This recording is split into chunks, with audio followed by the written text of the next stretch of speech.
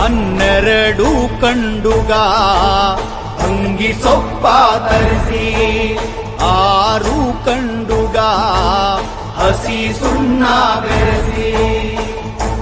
ಅಯ್ಯ ಸಿದ್ಧಪಡಿಸಿದ ರಸವೋ ಅದು ನಾಗರಾಜನ ಇಸವೋ ಸಿದ್ದಯ್ಯ ಸ್ವಾಮಿ ಬನ್ಯೋ ಮಂಟೇದ 12 ಕಂಡುಗ ಅಂಗಿ ಸೊಪ್ಪ ತರಿಸಿ 6 ಕಂಡುಗ ಹಸಿ ಸುಣ್ಣ ಬೆರೆಸಿ ಅಯ್ಯ ಸಿದ್ಧಪಡಿಸಿದ ರಸವೋ ಅದು ನಾಗರಾಜನ ಇಸವೋ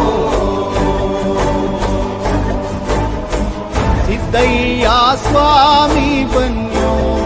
ಮಂಟೆ